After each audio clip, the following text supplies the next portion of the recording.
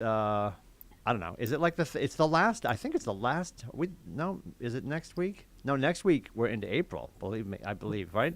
We This is are. our last Yeah. Friday. So normally we strive to get this as close to the 21st mailbox money day as possible to talk Right. about profit share. Sometimes I'm talking about the mechanics of profit share, and then every other month we bring somebody in who's leaning into the conversation and has a great story to tell about just their entire KW experience. So we're blessed to have one of our ALC members, not a sports injury, the Associate Leadership Council for 2022. Christian Scott is here. So we're going to go through the whole thing and then, of course, get into the profit share conversation as well. Yeah. But it's more than that, obviously. And I know for you, you are this is a horrible term that like Top 40 Radio used to use. They always had that one person that would come in and do like what was going on at the nightclubs. They called them the culture vulture. But you are a culture vulture. You're on all the things. You are on all the things without fail. You are for sure. I know that you are a repeat offender with me in the morning for even the pre-show. Yeah. We talked about this on the KWikStart this morning. Some of Yeah. the best part of the 8 o'clock call with James Shaw, the pivot shift ahead call, is the pre-show behind the scenes. Usually at about 7:34, he opens up the Zoom channel so you can start to have the backstage conversation, and then he presses play and sends us all over to Facebook. I want to talk about the value of that as well. But first and foremost, Sure. Christian, thanks for joining us. Super appreciate your time to carve out I guess the sun's coming out, on a really nice Friday, to carve out some time to spend with us so we can get to know you a little bit better. And let's start with that. Get us from, you and I have conversations when people join the Market Center, but then obviously as much as you're willing to, get us from high school graduation to this conversation. Give us the history of Christian. Get us here. Goodness. Like, where did you grow up? Start there. Yeah. So my life's an open book. It truly is. I grew up in Chester. Went to Pinkerton Academy. At the time, I was fourth generation of my family. So our son is now fifth generation to go Wow. to Pinkerton. Wow. Married my high school sweetheart. So we met. She was a freshman. I was a junior. So if you remember in high school, that 2-year difference was rather scandalous. But it worked for us. I love that you say that because I think about the fact my dad was a sophomore at Boston College when he started dating my mom, who was a sophomore at Franklin High School. They were both from Franklin, Mass. But like that's Okay. hyper. But you're like, when you think about it now, like, thank God my wife is 4 years younger than me, right? Because as guys, we need that spread, right? Like, I could use We 6 need some more love. years and I'd still be immature in her eyes, right? So it's important math. It really is. Yeah. Yeah. So first semester of college, went down to Bryant College to prove that I could make it in one of the top 3 business schools in the country at the time. But Anna was back home in New Hampshire. So transferred to UNH, commuted there, graduated early, loved it. Then embarked on a career that was all over the place. Slow down. For our Dorkalicious friends, you graduated early. So Yeah, I got out a semester early. I was tired of. You got like a 5-year degree in 3 years or something. All right, a semester early. Yeah, Still amazing. Yeah, I was tired of. I reached the point where I was just tired of spending money and not making any. So I said, how do I get out of this faster? So I took a couple of summer courses and knocked That's it amazing. out. That's Yeah. amazing. Yeah. Then my career went down a couple of different paths, from operations director at a health club to.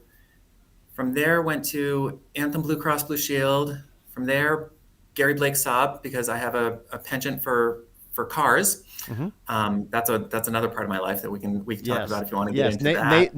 Nathan is going to book an appointment to talk to you about cars, I'm sure. Yeah. I'm looking forward to that. Yes. From Gary Blake, I ended up. Where did I go from there? Back to Blue Cross Blue Shield. Did some contract work as instructional designer. Back to Blue Cross Blue Shield a third time. Wow. 11 years across 3 different stints. Wow. So started in customer service, and by the time I left, I was managing the durable medical equipment and ambulance networks for Maine, New Hampshire, and Connecticut. So What is durable medical equipment? Like a catheter? Like, what is that? I'm just kidding. Oh yeah, everything from catheters to wound vacuums, and I was joking. Oh my God. They see you coming like Crutches. this meeting's going to hurt. Either way. Yeah. Yeah, so worked with people doing custom wheelchairs power wheelchairs, like Okay. really interesting devices. Kaylee will tell you I'm in the market for that. Grandpa Lindsay needs one. I can help eventually. you. I I can love help that. you. I've Yeah. got some friends I over do at want an over at office Mobius. scooter. I'm going to just park it outside my office, get the orange flag on the back so people can see me coming. Yeah. Yeah. Have you seen the iBots that Dean Kamen has created? It's this power wheelchair that not only can it go up and down stairs, Yeah. the thing like stands up so that the person in the chair is eye level and on two wheels. It Yeah. That's amazing. incredible. Well, Yeah. the other things too, and I'm sure you're familiar with this. You see the memes online all the time. There was a kid at Torrey Pines in the last couple of weeks. They have the golf carts for non-ambulatory players that you ride on the side of it, and when you pull up next to your ball, you hit a button and it stands you up. Oh my gosh. And this kid's on this, I think it's the 17th tee at Torrey Pines, and he hits a hole in one. And I look at my wife. I'm like, this guy can't use his legs. I unfortunately have power over my entire body, and I would have hit that Yep. behind me. Yeah, it's unbelievable. That's really cool. Yeah. Yeah. So from that last stint at Anthem, God made it very clear that I was supposed to go into vocational ministry. Was attending Manchester Christian Church. They were expanding into a multi-site format. Got hired on as campus pastor. So Bo Chansey, the senior pastor, did the preaching, and I took care of the people. And had a brilliant 5-year stretch with that. As clear as God was to get into ministry, he told me when it was time to get out and make room for other people. So stepped out, went through probably the hardest year of my life. Came to grips with the fact that I had suffered from depression and anxiety and had never addressed it. So it took me about a year, well, probably 2 years. But really, it took a year between working to just try and figure that all out. And reached out to a buddy of mine who we'd done Bible studies together and leadership development programs and things. And reached out to him one day and just said, "Hey, Fred, you're on my mind. How are things going?" He said, "Man, things at Keller Williams are so good. On a team, life is great. How are things with you?" I'm like, "Great interviews, but nothing's coming together right now." And he said, "We're going to have breakfast together tomorrow morning." I said, okay, I was unemployed. I had the time. That's amazing. The third sentence out of his mouth was, "You're going to make a great realtor." I'm like, what are you talking about? I thought I didn't see the conversation going that way. Yeah. Unless that was just before Christmas of 16. By March of 17, I was licensed. And started down that path of real estate and really embracing everything that Keller Williams has to offer. Yeah. And that's it. It can be a business, or it can be a culture, a community, and a family. And I opt for the latter. One of the lucky ones too. You've only ever been here. You've only ever been Keller with Williams, KW. yeah. Yeah. I started at a different market center. Yes. When I first started, I was on a team because I didn't realize how much collaboration took place within Keller Williams. Sure. And felt like I needed that support. Within about a year of being in sales, I reached the point where I had 2 or 3 consecutive months of closing $1 million in volume, and kind of felt That's like, it. okay, I've proven that I can do this. Only $1 million. That's $1 million? it. Yeah. And at that point, our market center was hiring for an assistant team leader. I said, "So you're going to pay someone to go in and love on the agents that we have?" Like, that's what I'm going to do anyway, but if you want to pay me for it, great. Well, it meant that I had to step out of sales and take a really tiny salary. And at the time, that just felt like it was the right thing to do for my family, to have a more regular schedule. Sure. Did that for about 2 years during COVID. My line item was cut from the budget. Yeah. And it was also during COVID that Nate got a regional position. And I had known Nate and Jeff for a while, knew who they were, but realized that, if KWRI and the New England region are tapping Nate on the shoulder for bigger things, he's someone that I need to align myself with, because clearly there are opportunities to learn and grow from him, and an opportunity for me to come hopefully add value to him in this market center as well. So met with Jeff, came over, and my gosh, the team here is phenomenal. And like you said, then we have our entire community through James Shaw and the Pivot Shift Ahead group. So I politely remind everybody here, especially at 463, we're the spoiled rich kids of real estate, right? And it's such an embarrassment of riches. Like, you think about the fact, not only that group takes place in the morning with Pivot Shift Ahead, but the fact that it's our VP of education for the entire company leads that Yep. call. And Yeah. there's going to be vacations. There's going to be times that James pulled out of it, but Bree steps in, and Yeah. there's 38 people. If you just went through the screens, there's 30 people on each screen that could lead that call at a moment's notice, Right. because it's not Exactly. about, as Gary would say, it's not about having all the answers. It's about having all the questions, right? Great Right. leaders have great Right. questions, and just peeling the Yep. onion and letting everybody in the room talk. It's Yeah, pretty awesome. there's 800 of us on it every morning right now. Yeah. It's been incredible. Well, and being that it's Friday, the call that I just learned about 2 weeks ago, Wealth Building 2.0 with Mark King. I get to spend almost an hour every Friday With the with president of the Mark company. King Yeah. leading us, the president of KWRI. It's amazing Yeah. that I've never been part of a company where you had access to leadership the way that we do, whether it's market center leadership, regional leadership, Yeah. or international. Yeah. There's such a mindset of equality. Yeah.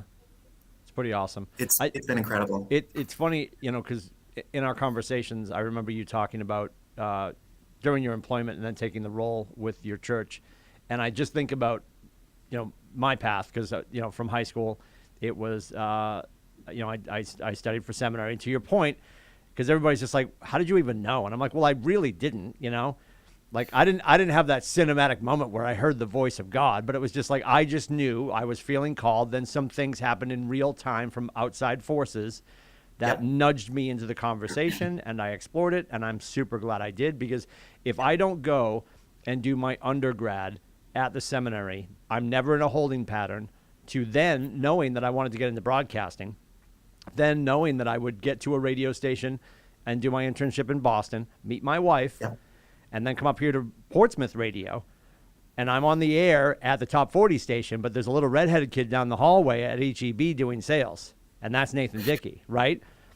Oh my gosh. Yeah, that's where we've known each other for 23 years, because we were in the same Wow. building. He was selling, of course he was, and I was talking, of course I was, right? So, and then when he escapes, because he's like he saw the writing on the wall, and we sort of all did, but at that time Yeah. for him, he just wanted bigger things in sales, bigger opportunity.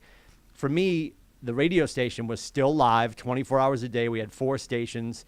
You'd go to, it was like the sales side of the building was like a frat house. It was just like, it was very male driven. We'd all run over to Kim Lyon, get lunch, and come back. And it was still fun. And Yeah. then when that ended, or even as he got started, he came back to visit.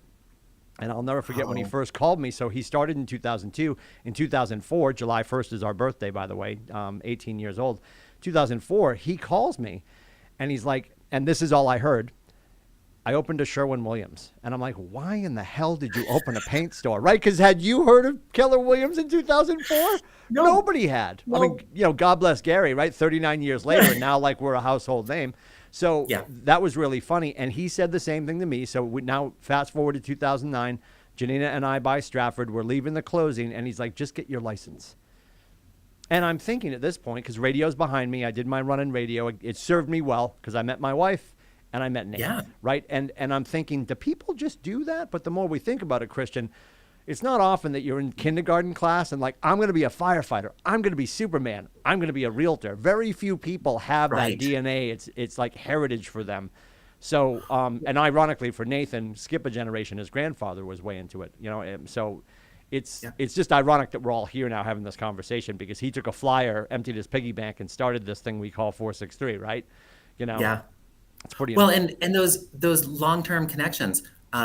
Fred was actually a member at that health club back in 1996 when I was operations director. That's how we first met. Lost touch for, I don't know, probably 10 years or so, and then reconnected at church. And so it's building relationships opens the doors to our careers, and yeah, not seeing ministry coming. I had just finished my master's degree in organizational leadership. Wow. With my wife and I both thought, okay, now you're going to take the next couple of steps on that corporate ladder at Anthem. But she came home from a committee meeting from church, and she said, hey, we're going to multi-site. And I'm like, I barely know what that is, but I think I'm supposed to be a part of it. So it wasn't like hearing the voice of God. It was hearing the voice of my wife and knowing that this feels like where I'm being led. Yeah. And it was equally, like I said, equally clear when it was time to step out, and equally clear when it was time to come over here. Mm. Part of the beauty of getting to know people in other market centers is realizing what you have and what it can be. And I came from a market. When you only know one market center, you think that that's the greatest, and Mm. then you learn, okay, well, we have it better than some, Yeah. and not as good as others. Yeah. And then I got here, I'm like, oh, this is it. This is what I've been looking for, to have the leadership. Because we have approachable MCAs. In my old market center, that was unfathomable. Well, Tristan's nice. I don't know about Kaylee. I'm just kidding. No, yeah, yeah, we're super fortunate, right? And I think a piece of that too, and you know this obviously from your role at your last market center. We're very fortunate to have a team that's been working side by side for such a long time. Yes. Like Susanna took over Nate's life in the summer of 14. She comes in August. Jeff assumes his role as our initial team leader in September. Nate and I are having the conversation for quite some time. I step in a month later and take this role. And Kaylee went from, like, the lineage of Kaylee is unbelievable. So she comes in. She was call coordinator, front desk over on Islington Street. If you remember that office, I Wow. call it the nicest women's prison on the planet, right? So we were in Islington. It's a great building. It's not a great building. So when we were over there, she was front desk, and then she went to what we would have called agent services, right? Which Okay. which and then director of licensing to assistant MCA to now MCA, right? And we've all been working and alongside each other. And then when you talk about some of Right. our allied resources, Brad's been with Nathan since Nathan, I guess by proxy, went to UNH with Brad, like he was visiting while selling Fords, So it's just, we're very fortunate. And I think that's a big part of it too, because as you know, a lot of market centers, the turnover in some of these roles, there's not enough time for it to get sticky and really become familial. And there's that connection where we all serve at the pleasure of the king. And thank God we do have Nate, because I'll blame everything about us on him, because he's the straw in the drink, right? Like he makes all of this different, because culture is not the paint on the wall or the really cool lobby. It's the people you surround yourself with. And Well, and culture was something. So my master's degree was organizational leadership. So I did a lot of studying of corporate cultures. When I was at Anthem, I helped lead one of the culture initiatives that we were running. So when I got to Keller Williams, I remember my first interview with Greg McCarthy, and I looked over his shoulder, and it had our value statement of God, family, then business. I'm like, yes, I love that you brought that up. can we really do that? And the more you talk to people Yep. from us all the way to the top, Yep. yeah, this is how we're supposed to live, people. And Yep. Yep. I was blown away that belief system, value system, they're not just words on a wall. Yeah. They are how we are expected to conduct our lives and conduct our business. Yep. And obviously now with the onset of diversity, equity, and inclusion, Yeah. and I joke about it, and I jest with love. My background in seminary, and the cartoon of Father Tim. I say this all the time because we want it to be universal. When you look up and see God, family, business, and I always say, hey, listen, if that is meditation, if that is L. Ron Hubbard, if that is Oprah, whoever you think the prime mover is, because remember in the Matrix, they got to the kitchen and the woman looked like Oprah, and I'm like, oh, that God is Oprah. So whatever you call that. But what's so important, and I love that you brought this up, because I like you have only ever been here, and remarkably spoiled, only ever been here, not KW, but 463. Right. And I always say to Right. people, I don't have a real sexy story on how I got here. I just trusted Nate, and thank God I did, right? But then I came in, Christian, and I looked at our lobby, and it said God, family, business. And I was like, what? Because, of course, that's scratching me right where I itch because of my background. And it's not that we are banging our gong of faith louder than other brokerages. It's that we are allowed to talk about it. Because in a lot of environments, you wouldn't. It would be shamed or discouraged, and across the board, and to be ecumenical, all faiths, all beliefs, whatever gets you going in the morning. But we're able to have that conversation. And that was one of the most beautiful things that I've experienced at Keller Williams. It was family reunion 2019, so just before COVID. Dallas. Or no, I guess that would have been 2020. So just Dallas. before COVID. Yep. Motivational or inspirational breakfast with Mo Anderson. Yep. And the opening was like people from 8 different faiths Yes. praying in their native tongue Yep. and just worshiping God. The opening 20 However you minutes is perceive all the him or faiths define represented. Yeah. him. Yeah, that was incredible. And then you realize that we are just fully accepting of people. Mm-hmm. It's come as you are, Yep. and let us help you get to where you want to be. Yep. Well, and again, if that's not your jam, if that's not what lights your fire or stokes Yeah. you in the morning, that's fine too. Because I'll always joke, I was at the seminary in Boston, connected to BC, and you quickly, I joke, because as soon as we took a federal grant for the science building, some of the crucifixes started disappearing, and it went from Boston College to barely Catholic. But anyway, not everybody there needs to be Catholic or Christian, and it's the same thing here. But it's the fact that it's a safe space. If you want to have that conversation, that we can openly speak about it, and I think it's rooted in a lot of the stuff that we do, right? And Gary, I don't think Gary is boastful about it, but he's also willing to go there and have that conversation. To my point, next Thursday, shameless plug, Quantum Leap, that class opens with Gary's love letter to real estate, and he gets real deep in that. And I think that differentiates him from every other real estate owner and founder on the planet, so be there for that. The opening couple of pages of Quantum Leap are amazing.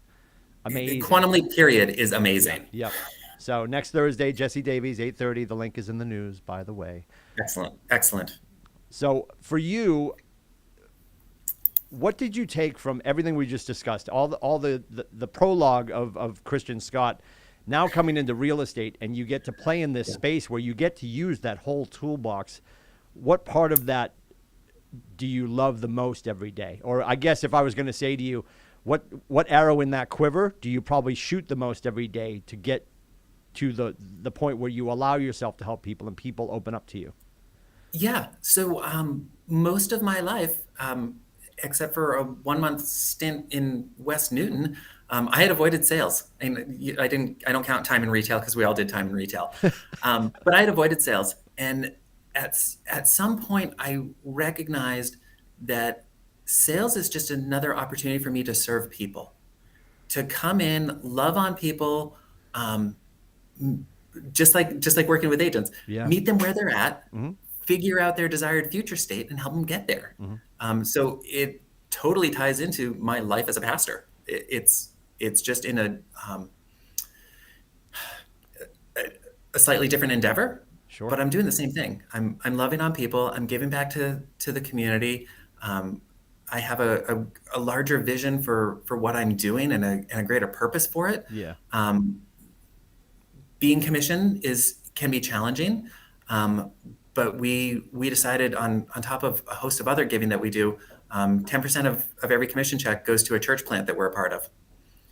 So that's part of my motivation, and similarly with my investing, 10% of every check that comes back from investing goes to a missionary friend in Grenada, Nicaragua.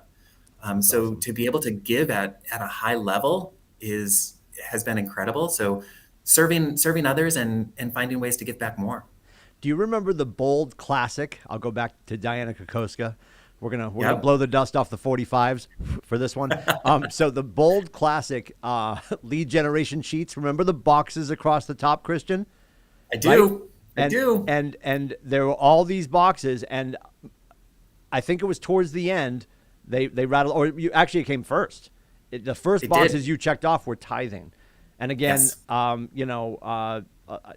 whatever you're doing for tax purposes or for faith purposes, or to serve your heart, 10% is what a lot of people do, and that's huge. And that, I mean, this is going to get us into the profit sharing conversation. Obviously, if we ever get to it, there's so much to talk about, Christian. I'm so glad you're here. But I think the disconnect for a lot of people is like, okay, I'm hearing about Christian, I'm hearing about his past and the profit sharing thing. I think some people disconnect that. And I always try to stress, because we hear the quote that's always misquoted is the love of money is the root of all evil, or money is the root of all evil. And the quote is the love of money is the root of all evil. But so at KW, it's so funny that you bring that up, though, because I grew up in a very legalistic church, and they preached the love of they preach money is the root of all evil. Yes. And I grew up on the lower end of lower middle class, so we didn't have any. So I figured, okay, the Bible says it's bad. We don't have any. We're doing a great job. Why? Why do I want to be motivated by it? Yeah, So we're it doing a didn't great motivate job. me Yeah. at all. Yep. Until it finally clicked that money is good for the good that money can do. You know, Yes. Gary says it all the time. And Yep. and once you realize what you can do with money, once you realize the greater good and the greater impact that you can have, it's phenomenal. Even things like, so we're big proponents of child sponsorships. So it started with 2 kids in the Dominican Republic, probably a decade ago, through Compassion International. Then about 3 years ago, a friend of mine started an organization called Mission Life, and his goal is to create child sponsorships and utilize technology to be able to do videos back and forth between our kids. He happens to be in Colombia, where we have 4 sponsored kids. He's like, oh my gosh, I just met Karen, who you just started sponsoring last month. She would love to hear from you. I stood in my driveway, recorded a video, sent it to Angel, and he shared it with Karen when he saw her this morning. That's the global impact we get to have. Yes, I love to use It's that an term opportunity, too. and the mindset shift of we have to sell houses, or we have to go to a showing, or we have to write an offer. We get to do all of this. Yes. And in using our time, talents, and treasures to create these opportunities, we get to be a blessing. Yeah. So when you're thinking about, because when I'm having a coaching conversation with somebody and we're talking about metrics, I think agents historically skate to volume. Yeah. And that we know makes it logical and less emotional. And we know we want our Right. conversations with our people to be emotional and romanticize what we do. So I would always say, and Diana would lean into this all the time, like focus on the at-bats, right? Because every at-bat, and we have to be okay with this, because you're thinking, well, I don't want to miss out on the $2 million lake house. Cool. And that might be the only thing they do with you. Not that it won't be great. Right. What we know, though, and I know you know, is the kid that you help get into a condo next month. Like we don't know who our wealth determiners are going to be.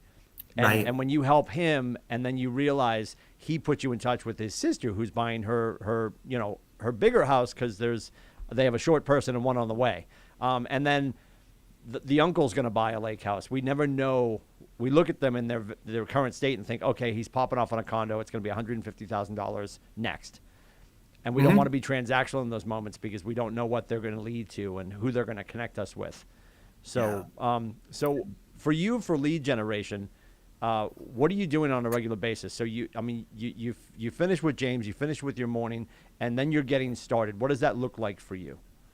I engage with my community. So let's see. So I mentioned Mission Life. I'm on the board of directors there. I'm vice president of the board for Amoskeag Health in Manchester.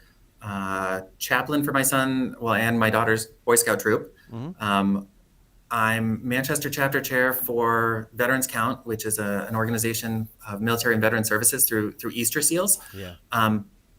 Just being engaged with people, and I'm not as methodical as I could be with lead gen, but certainly there are those moments where someone's just on your heart, and so that's the person that you make the care calls to. Sure. Hey, I was thinking about you. Some of the best conversation starters are, even if it's just by text, hey, you're on my mind. How can I pray for you today? Right. And that's very natural for me. Mm-hmm. Would I have a bigger business with DTD2? I would, and I'm trying to, and I'm learning to embrace that. Steve Schluter, thanks you for the shameless plug. Keep going. Yes. There you go. But I'm learning to embrace that, because getting used to the idea that I can create more for my family. B, I can create more for other agents that I'm bringing into Keller Williams. Sure. Well, and which goes to the profit sharing. Yes. You know, how do we create that legacy of agents beyond ourselves? Yeah. Get them up to speed through productivity coaching. Yeah. And then into production, so that so we create the legacy. Talent.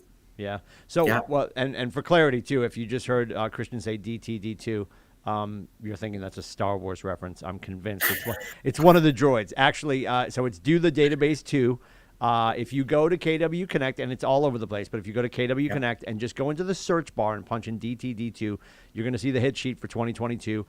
It's going to eliminate call bias and pull us through our conversations. And it's all acronyms that initials that make sense, like A and W. B and E is not breaking and entering. It's just literally call your B's and your E's. And I read it the same way. Yeah. B and E. How can they put B and E together and Yes. not have us feel like convicts? Yeah, A and W, B and E. But if you roll through that, it's going to pull you through every quarter, all of your letters. And if you get to, I don't have many Z's in my phone, well, then start to search for them. Start to build that up. But it pulls you through so you're not, because we historically grab our phone because we're going to make calls this week, right, Christian? And I keep calling Alan Anderson. I feel like I'm bugging him because you keep calling him Timmy, right? This week we're supposed to be on these two letters, so it will pull you through. And if you just drop those letters at the top, so go and find that DTD2, Do the Database 2. It's a great way to keep you out of call bias and keep you calling the right people. But to Christian's point, to keep it organic, we could do care calls every day. We could do fuel insecurity, food insecurity calls with everything that's going on in the economy. Nobody's ever going to be upset that you called to say that you care. And I love, like you said, the organic just thought that this person was on my mind and my heart, and I gave them a call. I did that with an agent this morning that I just noticed that we'd like fallen out of calendar, right? And there's somebody I connected with on a regular basis. I'm like, hey, what's going on? Just checking on you. And they're like, you always know when I'm screwing up, right? And I'm like, nope. I'm not Karnak. I had no idea. I was just thinking about you. But if that's the universe telling me something, then good. I've been doing this long enough that I'm starting to figure it out. Yeah, perfect. That's perfect. So for you, creating this passive income with profit share, and for people that don't understand, as everyone who joins our universe, they're going to get asked with one of our growth directors or team leaders, hey, Christian, who was the person who was procuring cause, or who was the person that led you to talk to us about the conversation and the opportunity here? And for Christian Scott, it was your friend that you had breakfast with years ago, correct? Yeah. And you named that person, and now you're in their growth tree. And for you, how are you making these connections? Are they? If you look at your numbers, and I think I asked you to grab some math, how many people in your growth tree altogether? Right now, I have 34. That's awesome. And then I have, how many in your first line? 24 in my first line, 7 in my second line, and then 3 in my third level. Awesome. So from a mechanical standpoint, Gary has our growth trees can go 7 levels deep, and that is by design. So it ultimately, if we're doing it at a high level, it's going to outlive our great-great-grandchildren. And maybe even beyond that, right? The video game you should be playing is I'm probably never going to meet the people in my 7th line. If it's big enough. You might. But to your point, though, you said 24 in your front line. Yeah. I think Mo Anderson always tells us, work on that 15 to 16 in that front line. Because if you do that and you're loading that with passionate talent, they're going to attract passionate talent. And exactly. It just takes care of itself. So how have you, do you know the 6 degrees of Kevin Bacon on most of those stories and how you came into relationship with these people? Yeah. If I pulled up the actual tree of who it is, some of them were realtor friends that I knew when I came into Keller Williams. Wow. And suddenly realized that there was such a better opportunity for them. Good for you. Some of them were people that I met while I was assistant team leader because I did a lot of the interviewing. So some of them were just natural people that came in. I for last year, I had a virtual assistant and we did a ton of advertising, trying to bring in new connections. And that's brought in another 4 or 5 people. And now it's agents that I meet as I'm at listings. I had a listing down in Merrimack. It was a 2-family, and an agent walked up, and sometimes you meet people and there's just something about them. And when I met Trinity, I'm like, I want to go have coffee with you. Like whether we put this deal together or not, I want to get to know you. Goodness, that was what, a year and a half ago. I started coaching. She's from EXP. She's still with them. Started coaching her, helping her shift away from paying for leads because the money she was spending on leads was causing her to spend more money on daycare, and it was just a vicious circle. she was super close to signing and at the last minute decided not to yet. And Yeah, I'm a big great. believer in yet Key and because operative term. Yet. yeah, Yes. I see the potential in her. Mm. I see where her where she's missing opportunities because she doesn't have the love and support of KW. So I we're gonna keep getting together once Yeah. a month Yeah. because now we've developed this friendship. Yeah. So when you meet those good agents that either they put together a great listing or you loved their open house, just reach out and say, you know what, it was great meeting you. I would love to sit down, have coffee, and just hear how you built your business. Yeah. Make it about them. It's never about KW or us. Yes. It's about them. And when they ask questions about, well, what was their chances because of the mindset of so many other brokerages, when they start asking, what was your commission, what was your gross commission, what was your volume, and they're floored by the fact that we do it and we don't pay for leads, Yeah. then being able to share the tools that we have Right. of, hey, the DTD2, go implement this in your business. Watch what it does. Yeah, simple things like that. And I love that you brought up about it's not about us. It's a needs analysis, right? Right. It's when you're fishing for men and women, it's like fishing for listings. Just keep asking questions, keep peeling Yes. the onion, and if you make it all about them, and to your point, and I love that you said, it's not about Keller Williams. Linda McKissick, one of the best growth trees on the planet. If you see Linda and Jimmy, Jimmy's always smiling because of their growth tree. Jimmy's always Yeah. in a good mood. Linda said her best growth conversations are usually comprised of asking the person all about them. And even when she's talking about our tools, not saying KW command, not saying KW this, KW that, but and not even saying command, but just white boxing all the tools and all the things she's doing. But you're asking this other agent that whatever that gap is between them and their next logical success point is probably a tool that we have here. And how much do you lean into the educational calendar? How much do you lean into inviting people to stuff? How many agents at other brokerages have you brought to the James Shaw call?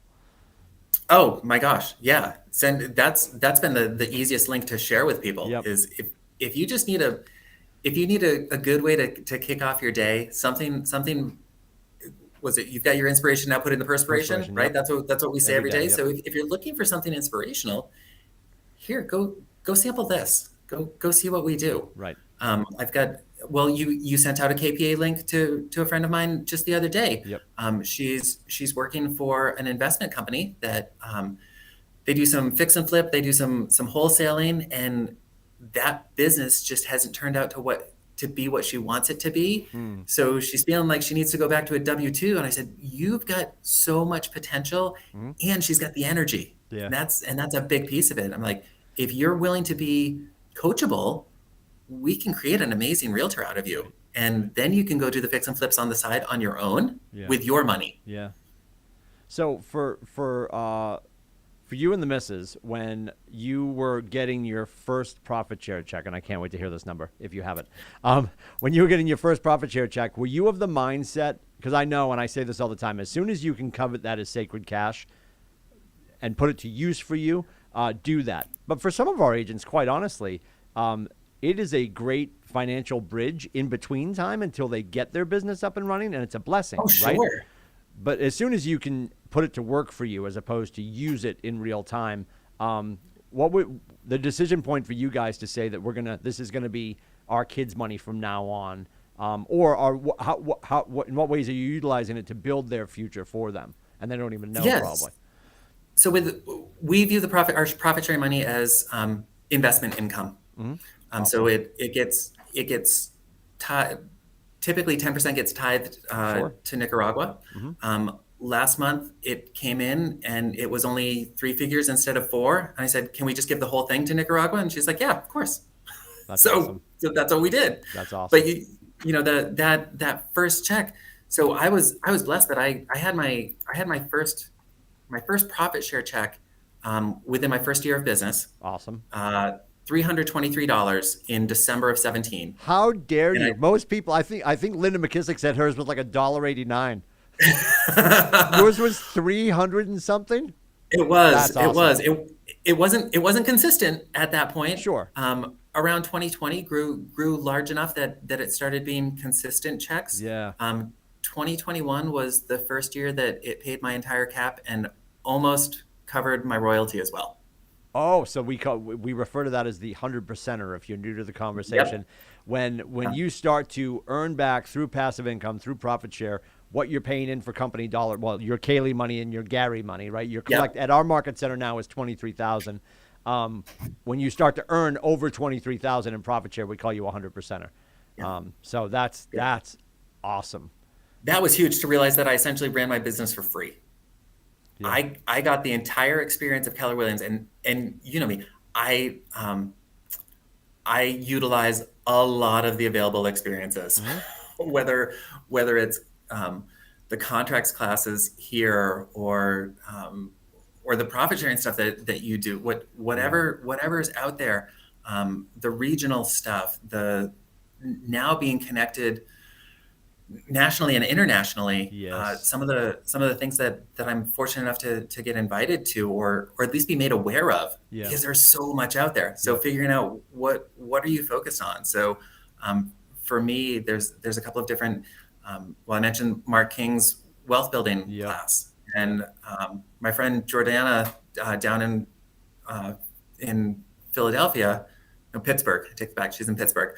Um, she does a she's got a group, and we meet Tuesday nights doing Millionaire Real Estate Investor, going through the MREI Yep. and talking about different investment opportunities that we're each pursuing and encouraging others in the group. Hey, this is where we were and where we are now, and that's part of my story that we didn't get to. So that when I got into real estate and joined Keller Williams, I mentioned that I'd had or really struggled for that year. Yeah. I was at the point where I was borrowing money from my parents to pay my mortgage. Like that's where we were. My wife has a wonderful job and she's amazing, Yep. and we couldn't cover the bills. Got to Keller Williams, learned about mindset and about having a mindset of abundance. Heard Gary Keller say, any dream you can have, you can achieve it in under 5 years. Yes. Always And says that. and kind of without saying it to anybody, but in the back of my head, you have that dream that you're not willing to share because it seems so outlandish. Yeah. And I thought, I would love to have a net worth of $1 million. Like that would, to go from nothing to that would just be amazing. Okay, fast forward 4.5 years, and late last summer we hit that $1 million net worth value number. I thought I didn't believe it. So now not only can I say, oh, Gary Keller says within 5 years you can achieve any goal. I'm like, I've done it. I'm there. Yeah. So whether your goal is net worth or passive income or families served, the more clearly you see it, the more clearly you can bring it into reality. Yeah. I love that you brought up, I hate to give COVID the credit for any of the blessings, but there were some blessings that came out of COVID. And one of them was the fact that we figured out that certainly here at 463, we were going to turn into a television station. We were ready to go hybrid. We are going hybrid. Now we're doing our hybrid classes, which is great. We're going to get back in the room with each other. Spoiler alert, in April, we will most likely be in person for our all partners meetings. And those are going to start to rotate north and south. So we'll be south in April, north in May, back and forth, back and forth. So look for that, which is going to be great to be doing all partners together again.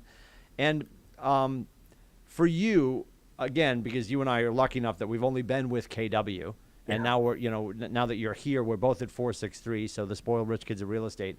If you could go back and just, I guess now, if somebody joined the last 2 years and they're not leaning into, because for all our kids that joined us in the last 2 years, they've been on the couch with their cat watching Keller TV and having things poured into them. And there's two versions, right? Gary will tell us there's lean in content and there's lean back content. You could passively listen to James in the morning, but then there's some classes you should be scribing and thinking and maybe doing it in a room with your team. So if somebody joined the last couple of years, what are the things that they just don't realize that we've taken a while to realize because we've been living here? What should they be leaning into? What if Christian Scott could do it again? What would you fail faster at and be more purposeful about? What would I fail faster at? For me, it took me a while to be comfortable with advertising to my neighbors that I'm a realtor. So when COVID hit, I decided that it was time to bring our 100 home neighborhood together, Mm-hmm. and so I started doing monthly greeting cards celebrating whatever the holiday was. Mm. Well, it was only about 6 months ago that I started putting a logo on the back of it that says Christian Scott Realtor, Keller Williams Coastal Lakes and Mountains, um, and being comfortable having those conversations with my neighbors. Mm-hmm. No lie, I was driving here this morning and one of my neighbors called and said, "Hey, we have a 40-acre piece of property in Chester. Would really like to meet with you and have a consultation. I see your signs all over town. Let's talk." Like, okay. That one transaction would pay for every card I've ever mailed. Right. Well, it's just so I was going to ask you, just so my math holds true, because I always say to people, and you know this because you're a heavy KW student, prospecting is active, marketing is passive, and we know historically with monthly mailers, you were doing monthly postcards. It's about 15 months to get noticed, about 18 months to get teeth. So from the start to that phone call, what was the time frame, just to give our agents an idea that we're not making these numbers up? Yeah, that was almost 2 years. Okay. So almost 2 years, because it was the start of COVID. So it was probably April of 20 that I would have. I think April of 20 I probably sent out Easter cards, because the world had just changed. Would you say the lesson? I get to say shame on Christian Scott. I'm so excited. Would you say the lesson is you waited a really long time to brand it to your face? Oh my gosh, yes. Yeah. What did they think? Was it coming from your dad before? Like what was it? Who was it coming from? Was it just anonymous? No, it was me, but there was nothing in it that indicated real estate. What you did for business. Yeah. Okay. So people are like, "Oh, the Scott family, they're so sweet." Like, yeah, and I can help you buy, sell, and invest in real estate. All right. So you were selling out monthly. You were selling out whatever, Arbor Day, Independence Day, Labor Day from the Scott family. Then you finally decided to tell people you can help them with their largest financial transaction of their life. Yes. Good idea. Very good idea. Yep. So now that I definitely have come to terms with that, through, I know that sounds crazy. No, it's funny. It's great. The pivot call in the morning, we talk a lot about the golden letter and doing a needs analysis. So finishing up signing all, because I still hand sign my cards. I send them out myself. So finishing up, I think I've got 300 Easter cards that will go out, which next month will turn into 300 golden letters that then turn into 300 whatever the next holiday is, and then I'll alternate and do cards and then some sort of market information. So we'll do golden letter, we'll do equity analysis, market updates, that sort of thing.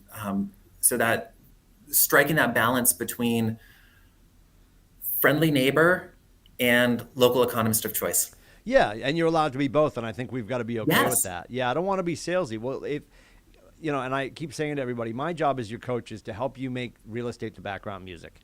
Keep showing up as the leader servant. Keep showing up head down, heart up. Keep showing up service first, sales second. And when they become transactional and they're aware, because you finally put it on your postcard, that you do real estate, they're going to be like, well, he's awesome, right? And then we just get to play in that space. But all the while, we've made our nurture engagements. We've become their trusted advisor. We've shared commonalities, right? Yep. And that's... Well, in commonalities, there are so many people that think lead gen is just picking up the phone and calling. Lead gen is building relationships. Mm-hmm. And so when I'm talking with people who are thinking of getting into the industry and they're like, I don't want to be on the phone all day. I'm like, then don't. Go out and do life with people. So what's the hobby or the passion that you've subdued for all these years because you were doing the professional life, doing the responsible thing, having a job. Yep. What are the things that you enjoy? I've got a buddy who plays golf. So he joined a men's golf league. There's like 50 or 60 guys in his golf league. Yes. Plays golf all summer. Yep. He'll get 10 transactions a year from playing golf. Well, and who doesn't want to do that? So whether it's underwater basket weaving or volunteering at the ASPCA, whatever I wanted to do that, but I can't swim or hold my breath, so I didn't do the underwater basket weaving. But I love that. I've seen pictures. That could go wrong really fast. I love that you brought up the golf thing, though, right? Because, and here's the thing: if you're even in a ski league, now you've got 2 or 3 other people on the lift with you, captive audience. But from a men's or women's twilight golf league, don't forget, you rotate your groups. right? And to Christian's point, if we've got golfers and you're joining your men's or women's league, my limiting belief was always like, well, let's be honest, I'm terrible. Doesn't really matter. Most of the guys aren't great. Some of them are very old and persnickety, and they're keeping very good score, and they're mad if you don't, all the things. But the most important thing is Christian is now playing golf 9 holes with 3 other guys. And if you guys don't know each other yet, how does the round start? What do you do? By the 4th hole, they know you're a realtor. The other guy's a life insurance salesman. Right? And then the other guy's retired and the other guy's angry and divorced and retired. They're all going to be talking to you. Yep. And they're a captive audience. I have some amazing relationships and clients that came out of being active with the Greater Manchester Chamber of Commerce. Because that's the area that I'm in. I did Leadership Greater Manchester. They put 40 leaders from diverse backgrounds together once a month to learn about business and industry and economy and history. And you build relationships. Yeah. And I have 2 clients. I have a loan officer, and I've got 36 other people that they're still my friends. That we go out for drinks once a month and hang out. And you meet some diverse people and get referrals from some interesting directions. Would love to connect with a probate attorney, but that's not someone that I have in my Rolodex right now. But not yet. So not yet. But there are just so many ways to build leads. And like you said, there's the active side and the passive side. And the active side is a lot more fun. Yeah. Well, I love that you go ahead. I've never called someone and said, "Hey, I know it's been a while. How have you been?" No one has ever said, "Why are you calling me? Don't call here again." Amen. They feel guilty that they weren't the one to call you. Yes, and our limiting belief, the reason I'm not calling, I can't call Christian. I haven't talked to him since the Truman administration. Well, he hasn't called you either. Yeah, it's like adult battleship. Whoever calls first wins, right? It really is. And we've just got to get over ourselves. I've said time and time again, if we can park our egos, we'll win. Oh my gosh. And if you took enough Latin in high school or college, mea culpa. If you lead the call with Christian, I'm so glad I got a hold of you. I'm so sorry it's been so long. You take all the fault, right? Yep. And then how are you? How's the family? And for most of your people, they know you're in real estate. Hey, how's the industry? Without fail, the first white lie that usually arrives in this phone call is you're going to tell me that you and the wife were just talking about me, which you probably weren't, but I'm going to take that because we're on the phone and the road is smooth and now we're talking, and that's all that really matters. And as long as you're willing, and I love that you brought this up too, because it's true. I will tell you guys, and Christian will agree with me, this is the fastest way. Mm-hmm. And if there's something else that you're doing, if there's another arrow in your quiver that you're willing to shoot on a regular basis that will create kitchen table opportunities for you, then just go do that. And that's it. Regular basis is so important. Fall is so classic. You've got your pumpkins in October, your pies for Thanksgiving, and then your photos with Santa for Christmas. Well, okay, you've knocked it out of the park for a quarter. What are you doing to stay in touch with people the rest of the year? Right. That's why I feel like the every other month card works, and reaching out when you're on Facebook and you see it's someone's birthday, don't just say happy birthday on Facebook. Right. Pick up the phone. Heck, record a video of yourself singing happy birthday to them. They'll die that wouldn't laughing go well. at you. That would end the relationship for me, probably. But yeah, I don't mean, if you guys want to sing to me, fine. I'm not going to sing at you. That would not go well. Yeah. But going that extra touch, every one of their Facebook friends who opens Facebook that day they're gonna type happy birthday HBD. Yeah. I'm HBD TCL. That's all you're getting. Yep. Yes. There you go. But if you take the time, even just to, hey, just saw it's your birthday. Happy birthday. Hope you have an exceedingly blessed day. Yep. Celebrating you. Yep. And and I'm not, to your point, I'm not perfect on Facebook because I'm not always catching that in the news feed on our KWCLM page. But don't forget, God bless our staff. All of our birthdays are getting posted every day. So even connecting amongst yourselves, because I think a massive opportunity right now with just the economy and gas prices as they are, we have a big enough footprint. You've got teammates within the footprint that aren't going to drive from North Conway down to Exeter they're just not. They've chosen that it's cost prohibitive to do so. I'd rather take the referral and focus on my zone. So being aware of that, and I think it's just interesting the way we are getting in our own way of not doing things. And you'll hear the person, well, yeah, phone call's fine, but I like playing golf. Cool. I don't believe that anybody has ultimately, if you're running your business as well, not just growing, but running, are you going to do that? Because you said this earlier, Christian, it needs to be consistent. Are you playing golf every day? Maybe you are. And I know some of our agents that absolutely do 68% of their business on the golf course or in the sim during the winter, but that can become cost prohibitive.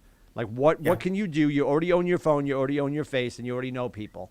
Just push play. You're already paying the cell bill every month. Yes. It's I always say you're going to lie to your CPA next month and tell them it's a business expense. Make it a business expense, right? Yeah. Exactly. Well, and even golf.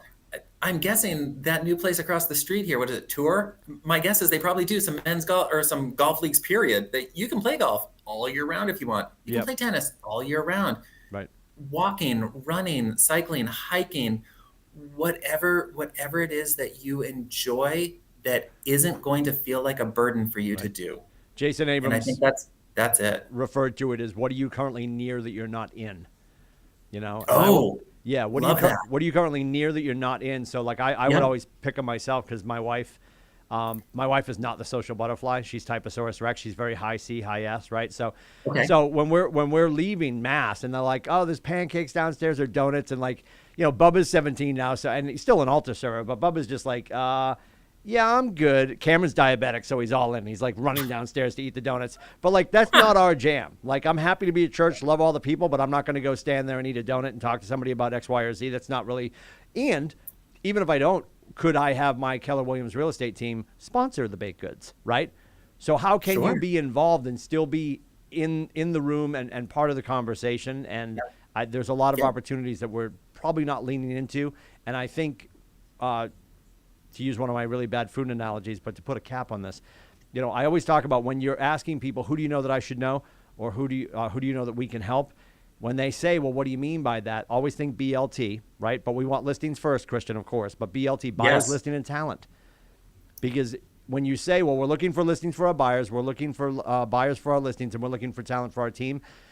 But Timmy, Christian, I'm just getting started. I'm not building a team. You are building a growth tree. Yes. You are attracting people to this organization that we love, that we know every broker on the planet, if they came here, they would probably thrive. I mean, here's the thing. We have a great model. And honest conversation. Don't tell Gary I said this. Hi, Gary. You look great.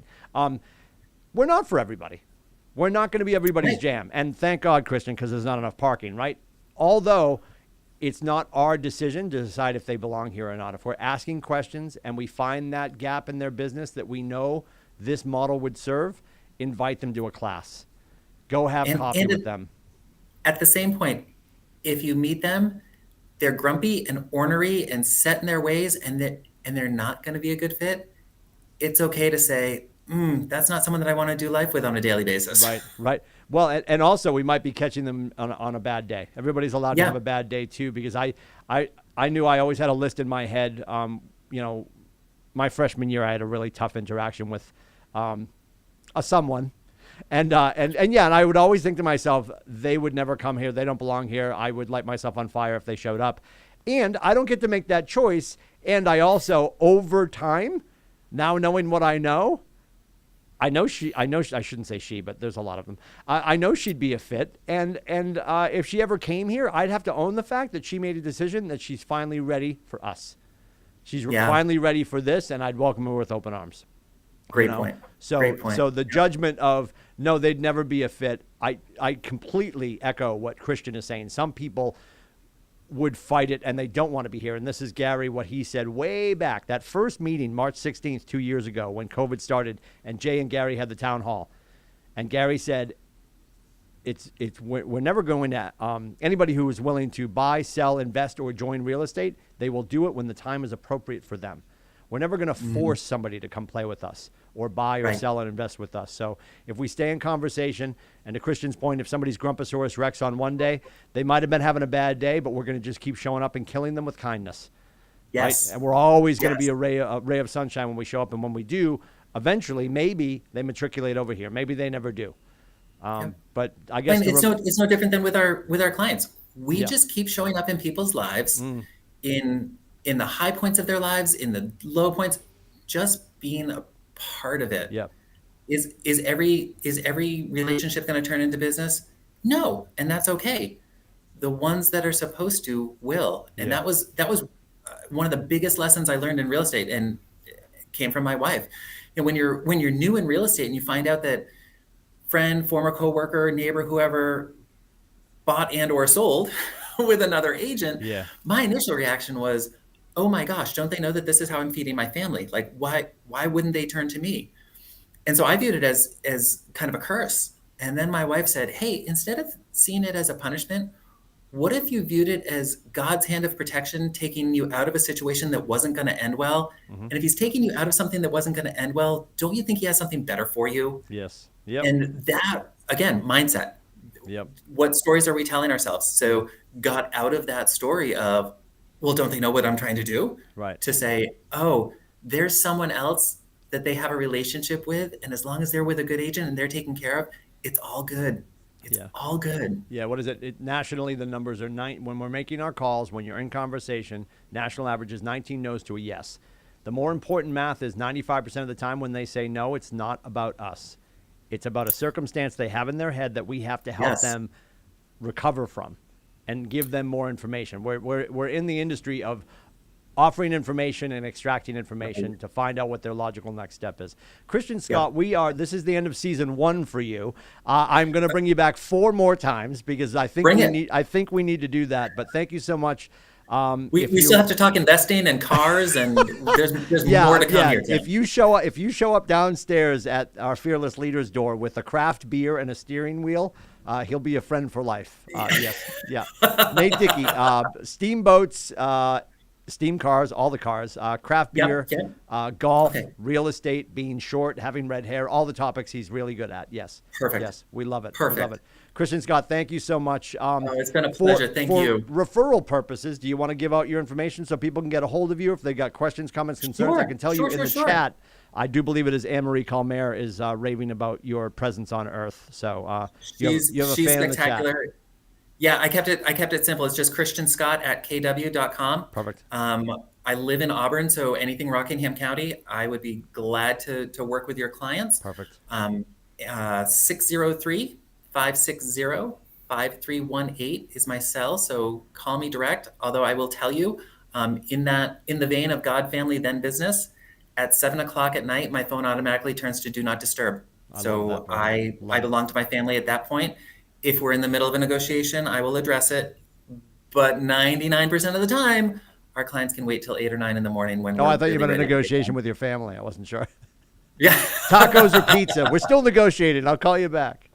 That's awesome. Christian, thank you so much. Thank you for joining us. My pleasure. Thanks for having me. Everybody else, have a great weekend. We'll see you in and around the Market Center.